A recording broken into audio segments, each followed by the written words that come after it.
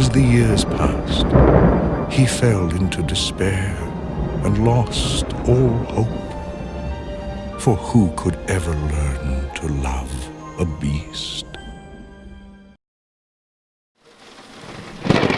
What you doing in here? What you doing with my statue? Get out! Fine. Ow! Hey, wait, I need you to... No, wait, I need you to do the Beauty and the Beast review with me, okay? Are you gonna do it with me? Hey, please. Please? Hey. Alright. Okay, let me... You ready? A few moments later. Hey, what's going on, girls and boys, fellow YouTubers? This is Snake Eyes 7474. This is Gabby, or Missy G, special guest. You always hear about the stories of her, but I actually brought her back to actually do this review because this is actually, like I said, 2017 live action version of Beauty and the Beast. This is actually starring Dan Stevens, Emma Watson, Calvin Klein, Luke Evans, Emma and Emma Thompson, Josh Gad. So if you guys don't already know, of course, Beauty and the Beast is a beloved story that most people love. The reason I wanted to do this was because Gabby loves this. Like she said, this was actually done in 1991. 91, yeah. Yeah. Anyways, I went into this movie. We're going to go into this. This is going to be a spoiler alert. Yeah, I was kind of hesitant to do this, but we're going to do a spoiler alert. So I'm assuming you guys seen this movie. But if not, go see the movie, then come back and watch this video. Anyways, let's get into it. The one thing I liked about this 2017, first of all, I didn't kind of want to see it. We actually went to go see it this past weekend. I was very skeptical. I actually dogged on it. Actually, I gave a review a while ago talking about the graphics, talking about the characters, talking about Emma Watson, how I didn't like it, how I didn't want to do it. But Gabby kind of pulled me along to do it. I wanted to kind of see King Kong. I was kind of hoping that everything was going to be sold out so I wouldn't have to go see this movie. Yeah, pretty much. But anyways, we went to go see this movie. It was very surprising. As far as what I say, first off, I have to say this is probably one of the best live-action movies Disney has put together compared to Cinderella, Enchanted, which is a different movie, and also Maleficent? I can never say that.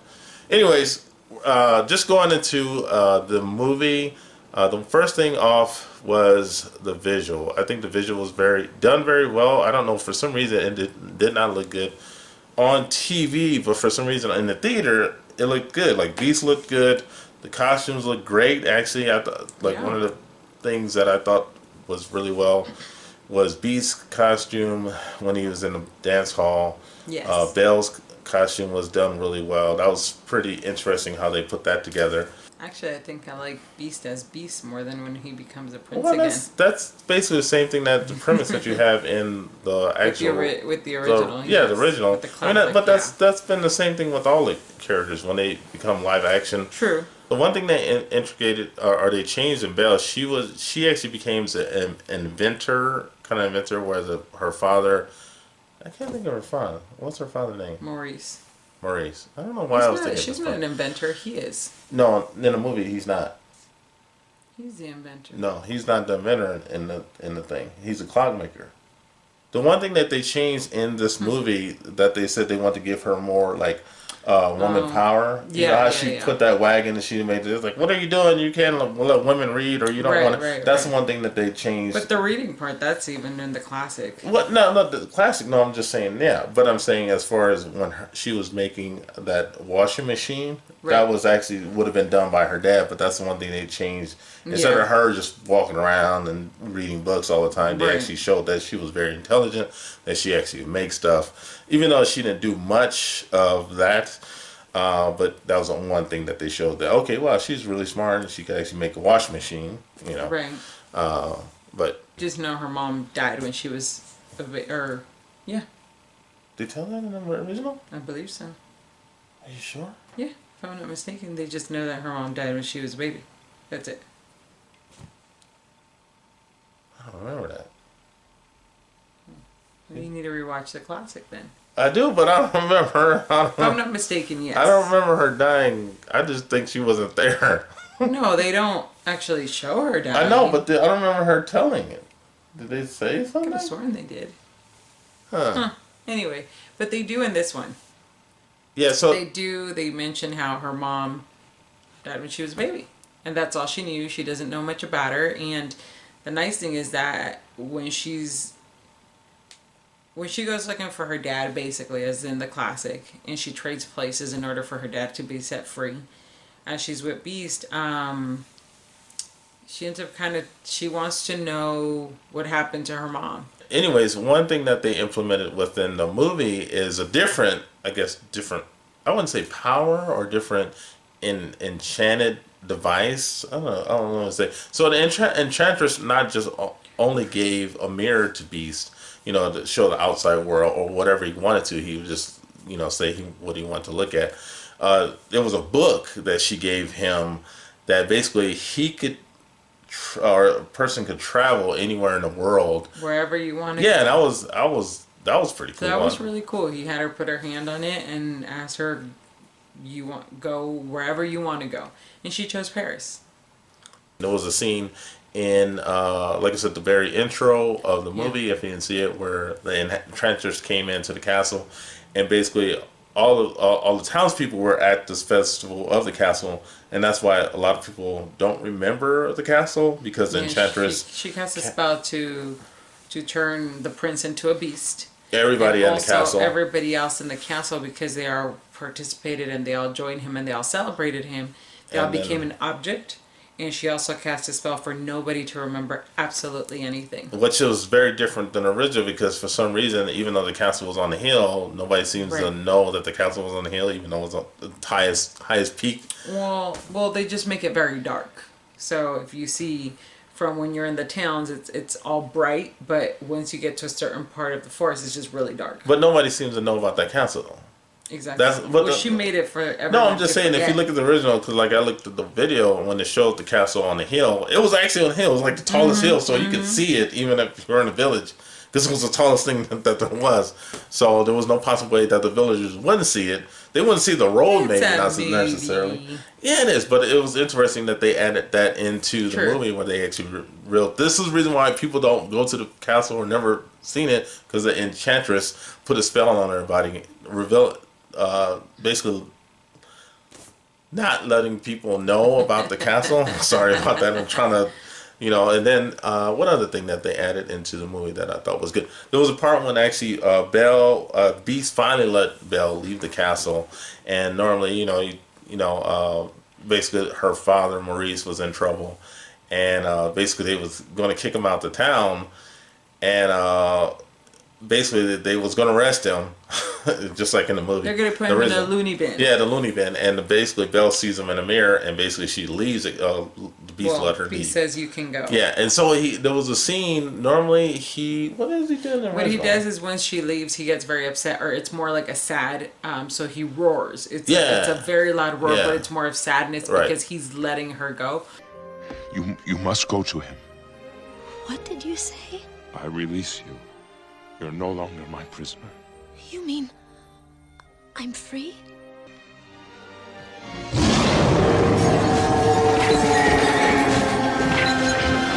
But that's also it's almost like, it's interesting if you really think about it. In the classic, it's like it's a roar of like release, because he doesn't know how to care. It's like the first sign that he actually is starting to care. Yeah, showing his expression. In the remake right now, the 2017 film, they don't show him roar, but they actually integrated a very small song that he sings, kind of saying his emotion as opposed to the roar of how he feels. I thought there was one song that was very original. There was a couple songs that they had that was very original to the song. That was probably one of my favorite to be song. It kind of reminded me, if you guys have ever seen or haven't seen, I know Gabby hasn't seen it, or aware of the Phantom of the Opera. Phantom Opera. Oh yeah, I've seen yes, I have. Okay, Phantom Opera is kind of the same thing. He doesn't really know how to show his expression. He's kind of like in a lone castle and has his own thing. He has a lot of money and stuff like that. And basically, he kind of falls in love with this lady. But then there's parts of the storyline where he gets into these really musical things, and it's kind of the same thing. She kind of goes away, and it has that same scene where Belle's actually leaving the castle, and you see her from he's looking at her in the tower as she's in the yellow dress, which is very which is different because in the classic she does not take off in the yellow dress. She's back no in her blue I'm saying, dress. but it's a very strong imagery because everything else in the scene when he's in the tower looking down is all white or all blue, like a blue, bluish dark, and you see this yellow. So it's a very imagery, has a very strong image to it. And then the Beast is singing out with this dramatic musical, and as she's leaving further and further, he's climbing the tower, going higher and higher and higher. It's a very strong emotional scene. One of my favorite songs that I love is Gaston's song, the song that he's in the bar and he's I can't think of his Josh Gad song that he sings towards him. I don't know what the title is, but no one fights like Gaston, no one drinks like Gaston. Well, yeah, that's that one. Dun, dun, dun, dun. Hearts like Gaston, hearts like Gaston. Who's much more than the sum of his hearts like Gaston. As a specimen, yes, unintimidating.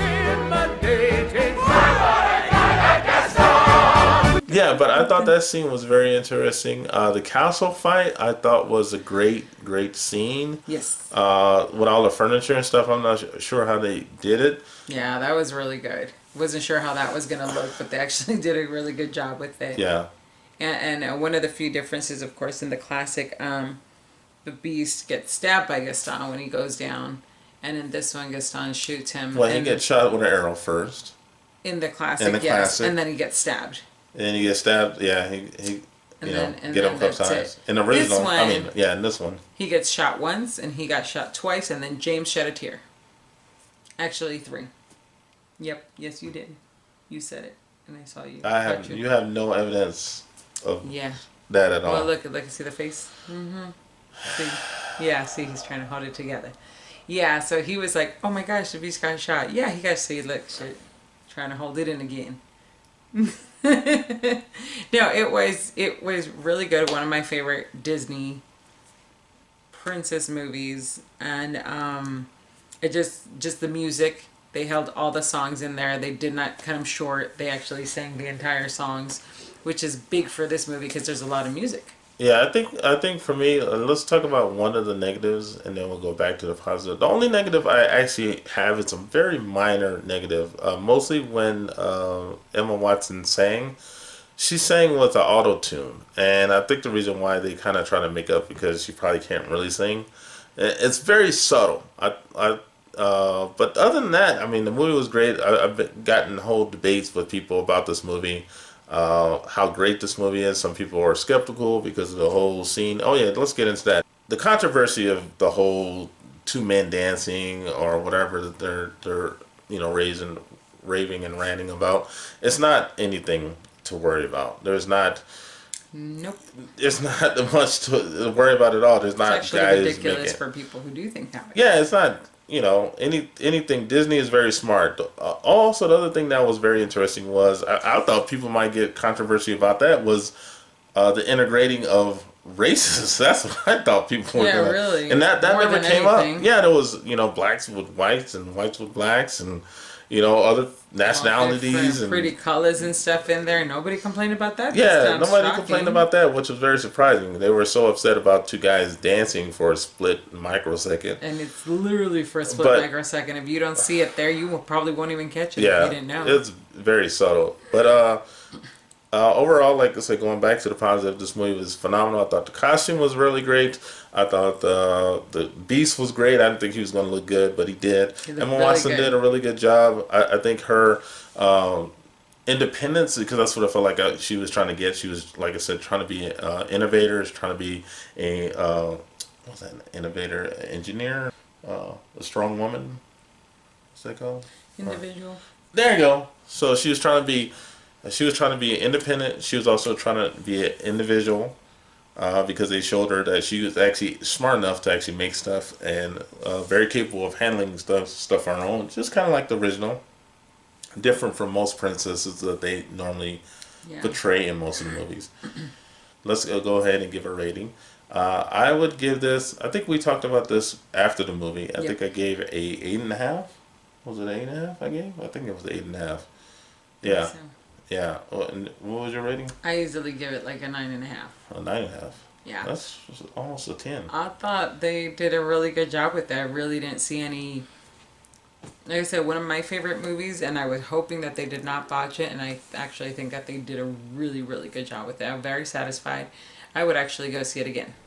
Yeah, I was actually thinking about it too. I mean, I would actually love to go see it again. There's the King Kong I still want to see, and there are other movies that follow in the next couple months or so. But I might go see this movie again. I'm really considering it. Maybe go see it again. Yeah. But anyways, that's about it. If you haven't gone to see the movie, please go see this movie before it leaves the theater. It's well worth seeing it. The music is good, the performance is good, the acting is good, everything is good. Yeah. Like I said, 8.5, 9.5. So, be our guest and go watch it. Yes. Anyways, please like this video. Please don't forget to subscribe. Please have a great day. Have a great night. Talk to you later. Bye. Bye-bye.